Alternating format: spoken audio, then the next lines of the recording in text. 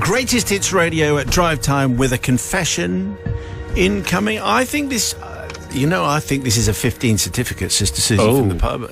Would you agree with that, do you think? Always. What's happening? Oh, there it is. Slightly below. Albinoni hesitancy there. But he kicked it in the end. Anyway, so I think, 50, certainly 15. Yeah. Wow. Matt's looking excited. Yeah. You'll find out why anyway. It comes from Sophie. Sophie, thank you for the first of the week here. Father Simon and the Ever-Forgiving Collective. My story is from around 10 years ago. My husband Steve had been suggesting for some time that we should try out, how can I put this, getting an all-over suntan. Okay. Hello. I mean, I was okay with the idea, but was nervous about the first time until one day, Steve pointed to an article in the local paper about, of all places, a maze near us, who were having a special evening for people who liked getting all over suntans.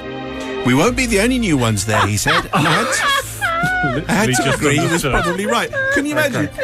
I mean, in a maze? That took me too long. I didn't work it out. No. Okay. I see now. I thought they might have sunbeds. That's what I didn't work out. Why has a maze got sunbeds? It's now I've just worked it out. Right. Okay. Well, when we got there, it was a lovely warm evening, and I felt very relaxed, disrobing. Mm-hmm. We got chatting to another new naked couple, Clive and Rose, who were also looking for all-over tans. There was a pop-up coffee shop on some decking nearby, and I headed off there with Rose for a longer chat. Rose went off to get the coffees, taking her purse with her, but leaving her bag on the table. It was a very warm evening, fortunately. And whilst I was waiting, I started to feel a little bit sleepy, and I yawned and I closed my eyes, I stretched out my arms, and I woke to a crash, and I realised I'd knocked Rose's handbag onto the floor and all the contents had spilled out. I glanced over. She hadn't noticed. She was at the counter getting the coffees, and I quickly stuffed everything back into the bag and put it back on the table. Soon it was time to go, but Rose started searching through her bag with more and more anxiety. She said, I can't find my keys. The car and the house keys are on the same ring, and they're not there. Well, everyone joined in the search. Quite a thing, let me tell you, given how underdressed everyone was, on their hands and knees.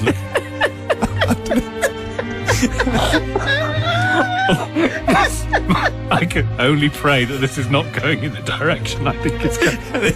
Eventually, a glint was seen under the floor in the gap between... Thank goodness for that. The decking planks. A torch was produced, and though who knows from where. Sure enough, the keys were there. We could see them under the decking planks. They must have fallen through the gap when I knocked the bag over. Yes. Of course. But it was a mystery. Despite best efforts, the decking planks would not move, and it was decided they would have to wait for someone with tools in the morning.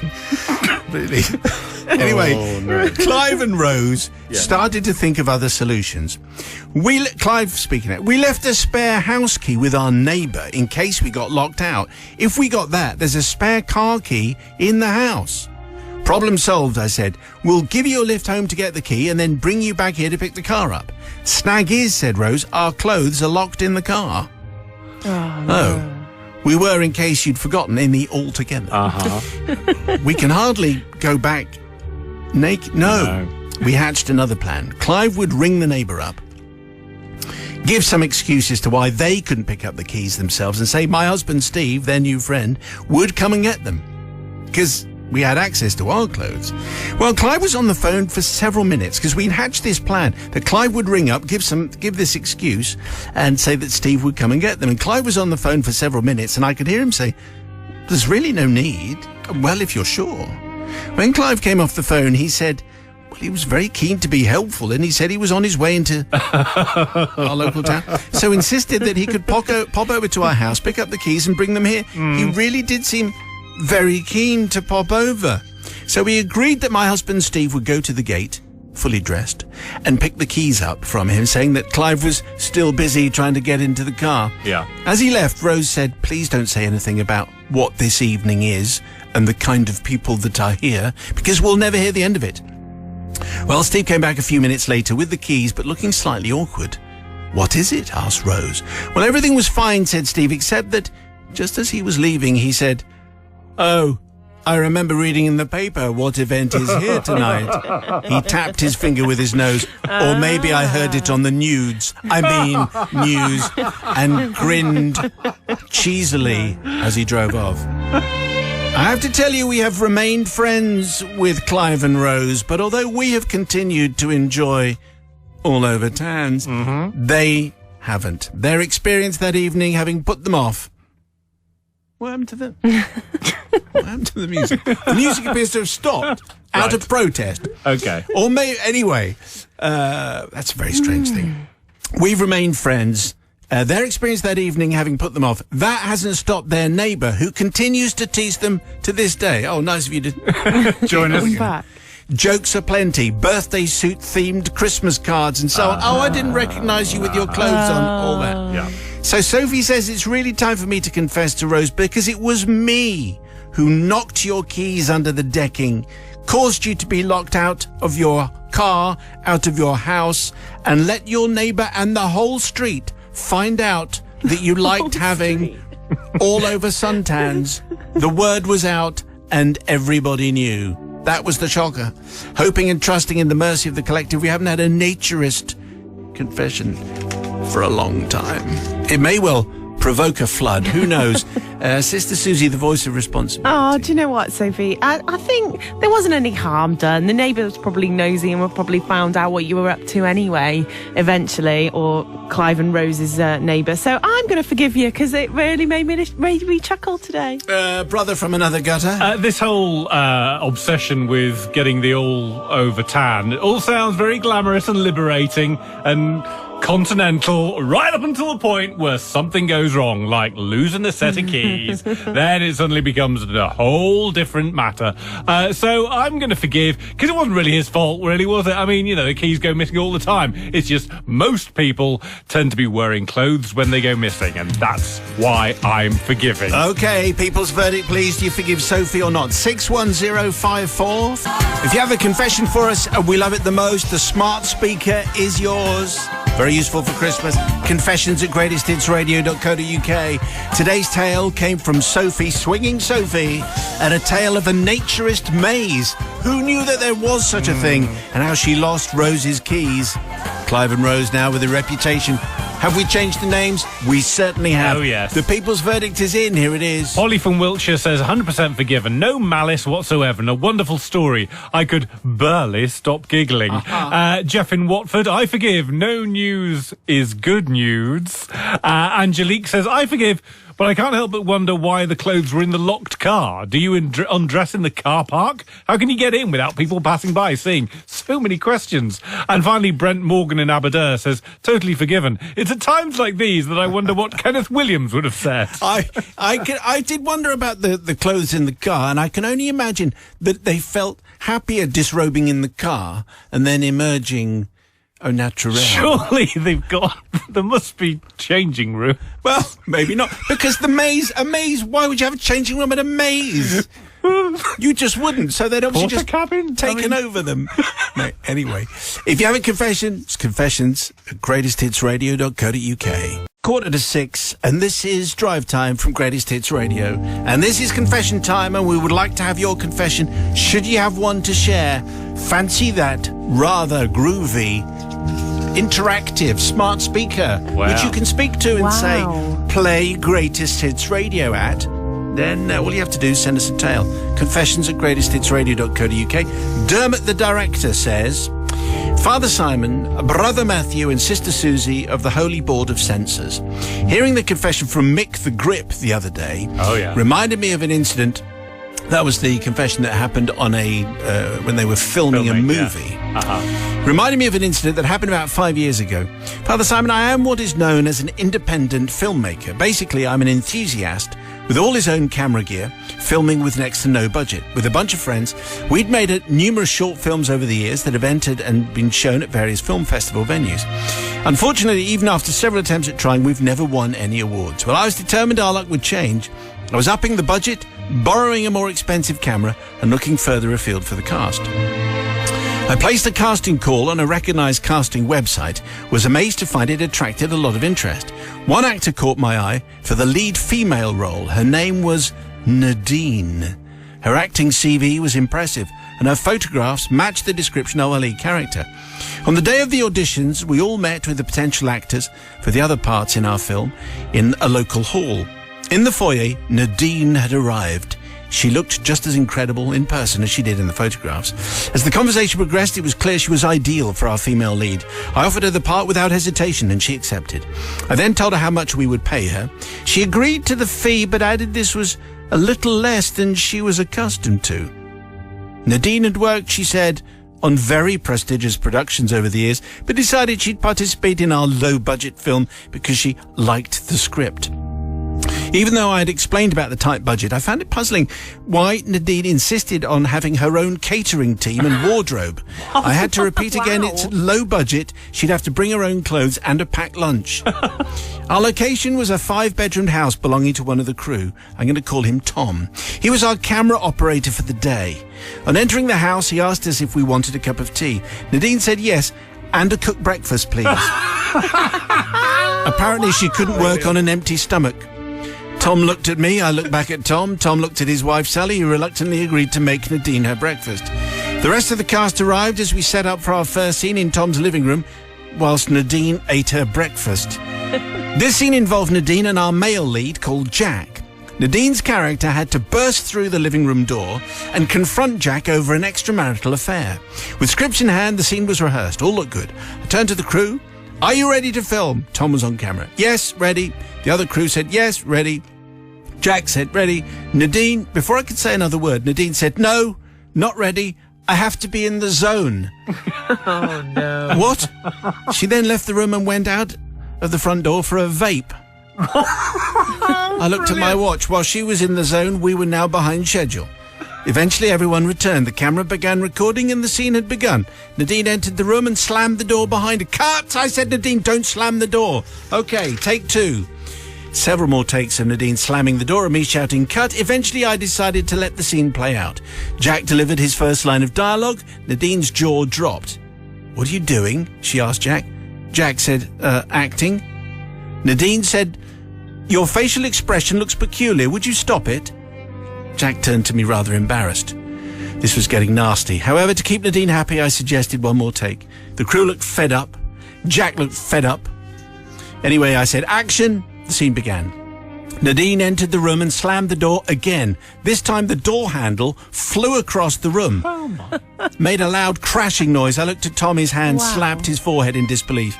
I felt embarrassed as this was Tom's house and clearly everyone had now had enough. So I told Nadine that Tom's wife was now upstairs and we better try to get her attention as we had no way of getting out of the room through the door now that the knob had fallen off. Someone would have to climb out of the window, go to the front door and press the doorbell. And as you busted the door, maybe it should be you, Nadine, just a suggestion. Anyway, we opened the window and with great effort she managed to climb out. She wasn't that nimble. You should know, by the way, it's now raining incredibly hard outside. In fact, it's torrential. It's then, once she's outside, Tom laughed and admitted that the door handle was already broken and actually he had a screwdriver with him to fix it. As Tom was repairing the handle, the doorbell rang. Nadine, she was stuck outside the house in the rain. Well, our door was fixed. We all walked into the kitchen for a cuppa. This took a while, obviously. Selection of the cups, warming of the pot. Now it is raining hard outside, isn't it? Then we have to choose the right tea. You can't hurry this process, especially when, you know, little Miss La-di-da Fancy Pants is now getting very wet. After an incredibly long time, I thought I'd better open the front door to let the incredibly drenched Nadine in. I explained Tom had managed to repair the handle after all. It took another hour for Nadine to get dry, and then another hour for her to get back in the zone. Oh, good. Justice, though? I think so. Father Simon, I don't ask for forgiveness from Nadine, as the rest of the shoot went without any more demands and mishaps. Princess Pushy had learned a lesson, and she got a cold.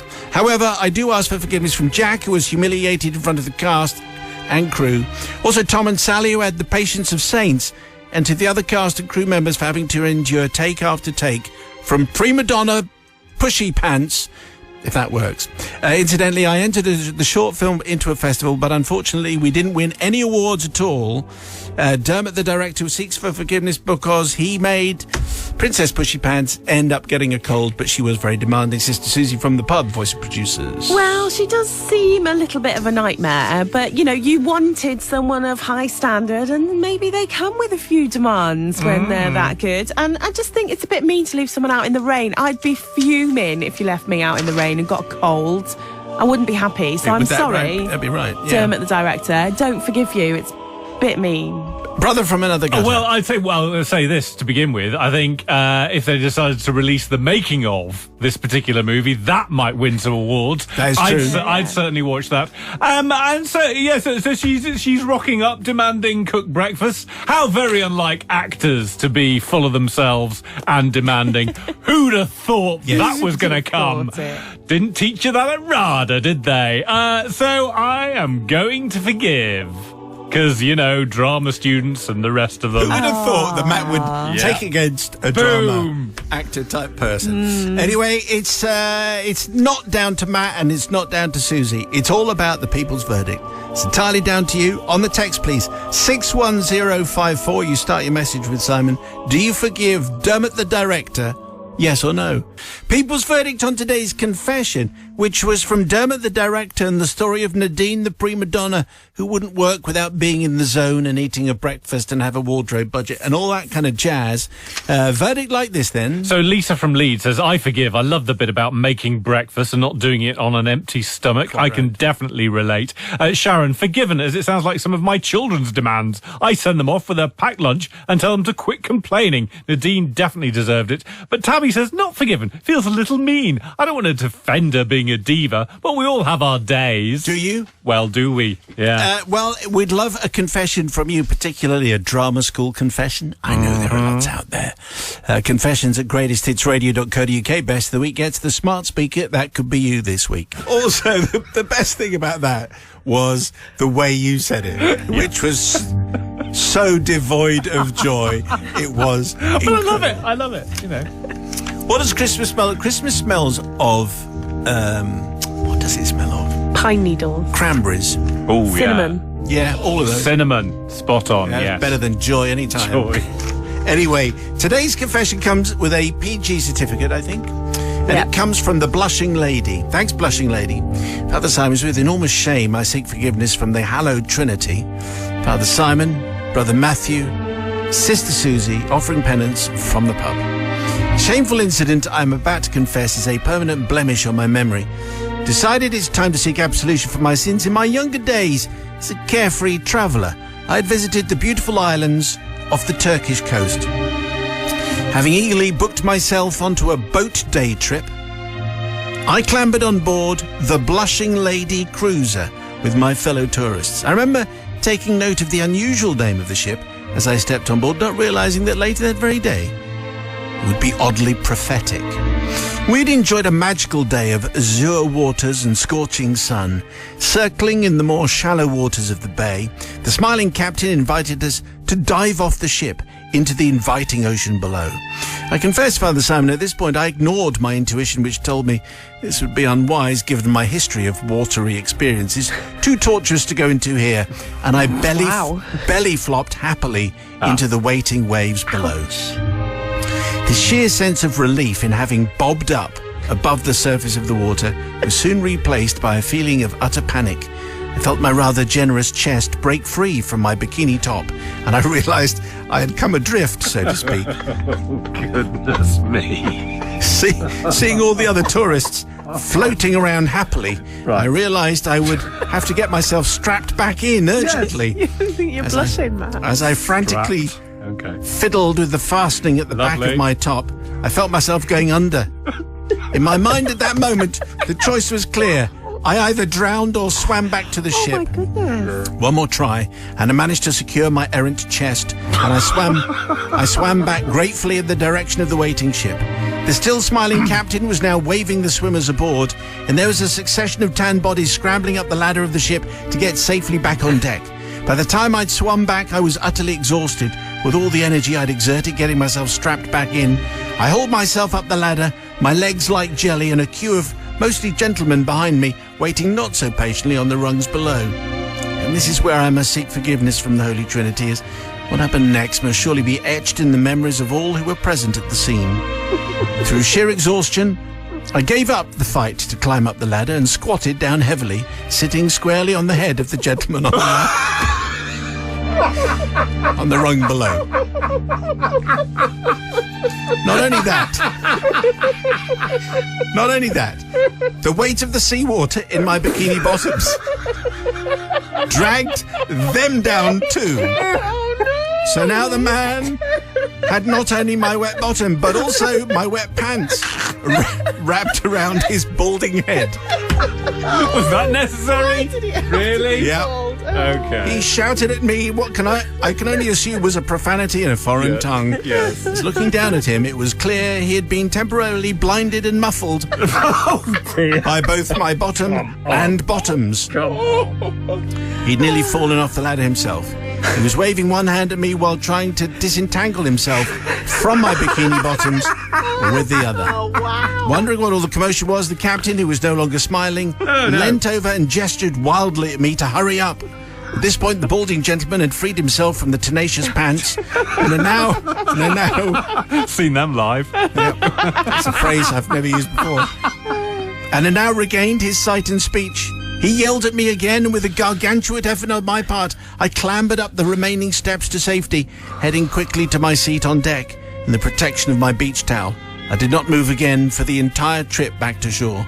Safe to say I've never revisited Turkey, nor have I, not that it's Turkey's fault, nor have I jumped off any more boats. Bikinis have not adorned my wardrobe from that day of shame onwards. I seek forgiveness from the most revered Trinity for the poor gentleman who'd been blissfully enjoying a beautiful day of sun and sea and then temporarily blinded and muted by the bottom. Blinded by them. I would also like to seek forgiveness from the lady who gave her name to the magnificent ship we sailed in on that fateful day.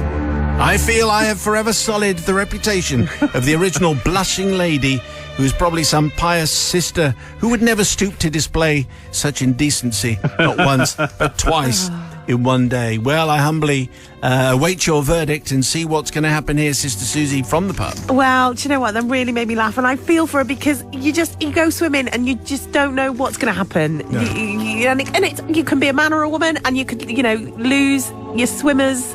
And then you've got to deal with the situation, Matt. And I'm sure you've been there as well. Lose your for that swimmers. reason, you might lose it. The current, it's you don't know what's going to happen. The elastic might be loose. Who knows? But I'm going to forgive you just for the image that's put in my head. Brother from another gutter. That is the best laugh I've had this week. I am going to heartily predict right now that this one wins the smart speaker tomorrow. Or put it this way, tomorrow's had better be very good to beat that. So I am definitely going to forgive my errant chest. Fabulous.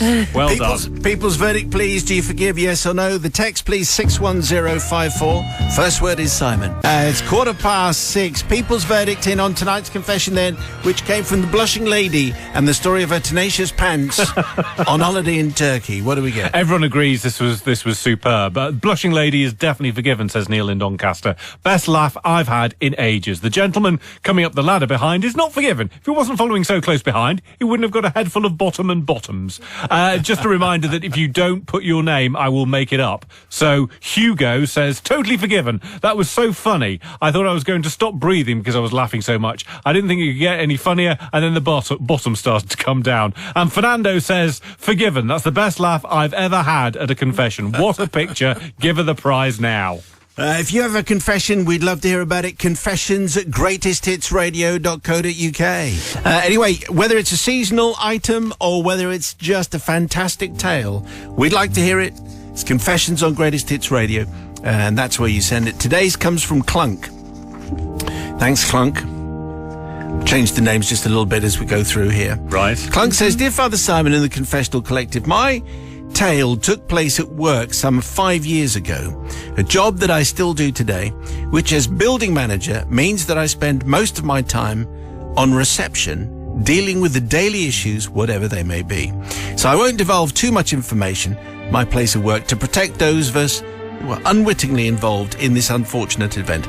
Again, I think a PG certificate is probably required. Yeah, Yes. I would agree. Do you think? Yes. Yes.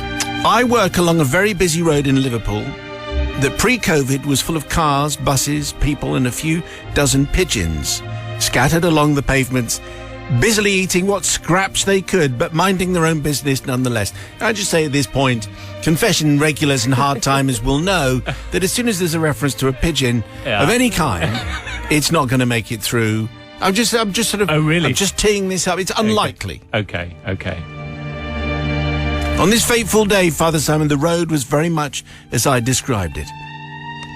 When down came a group of women from the third-floor offices with cigarettes and lighters at the ready, we exchanged the usual pleasantries. Hello, lovely day, isn't it? As we say in these parts.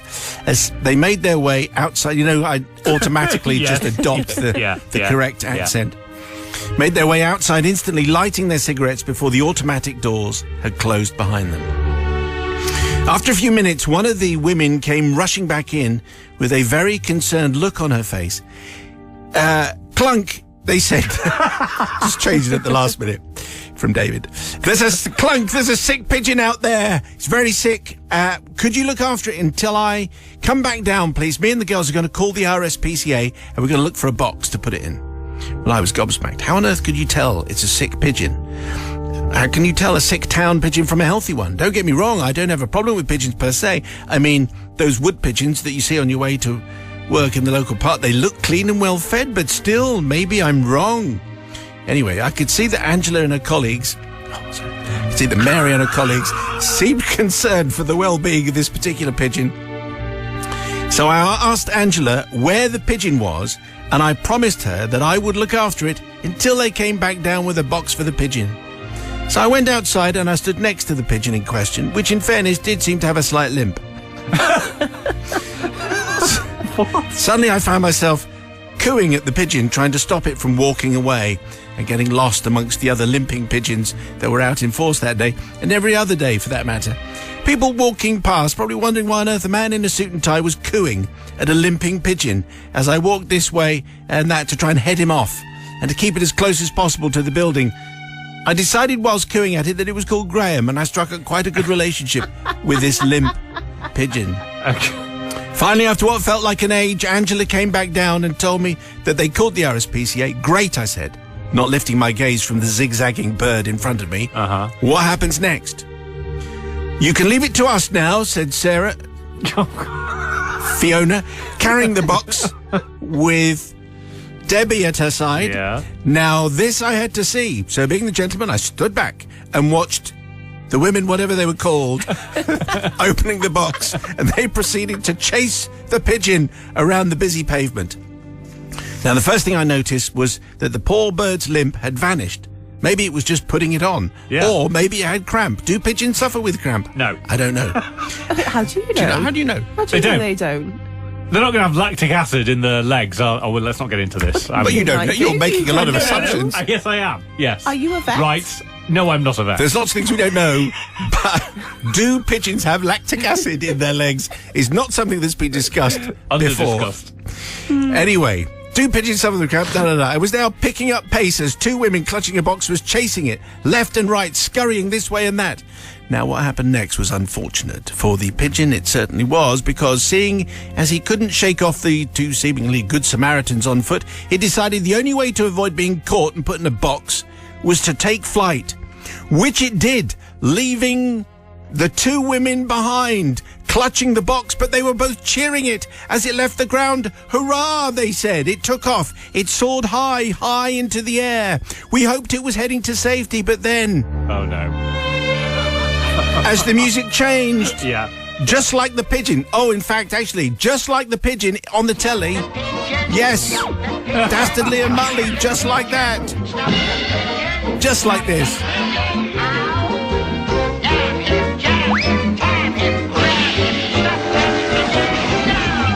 Yeah, just like that. Just like that indeed, just like that. It got into all kinds of trouble. Yes, they were cheering as it left the ground, but then it suddenly jerked and nosedived. We knew this wasn't going to end well. And lo and behold, the pigeon left this world, if it hadn't already, courtesy of the number 53 bus. Now, Sarah and Debbie let out a scream, scaring the living daylights out of the passers-by. I turned to look at Another woman from the office. Yes. She was already making her way to the lift. I take it you've got the number for the RSPCA, I asked. She shook her head, obviously already trying to find the words to explain what we had just witnessed to the person on the other end of the phone. Now, I asked you, Father Simon and Brother Matthew and Sister Susie, for your forgiveness. We were trying to help. This is the thing, we were trying to help. The pigeon was ill. It was sickly, but as ever, the pigeon doesn't make it to the end of a confession.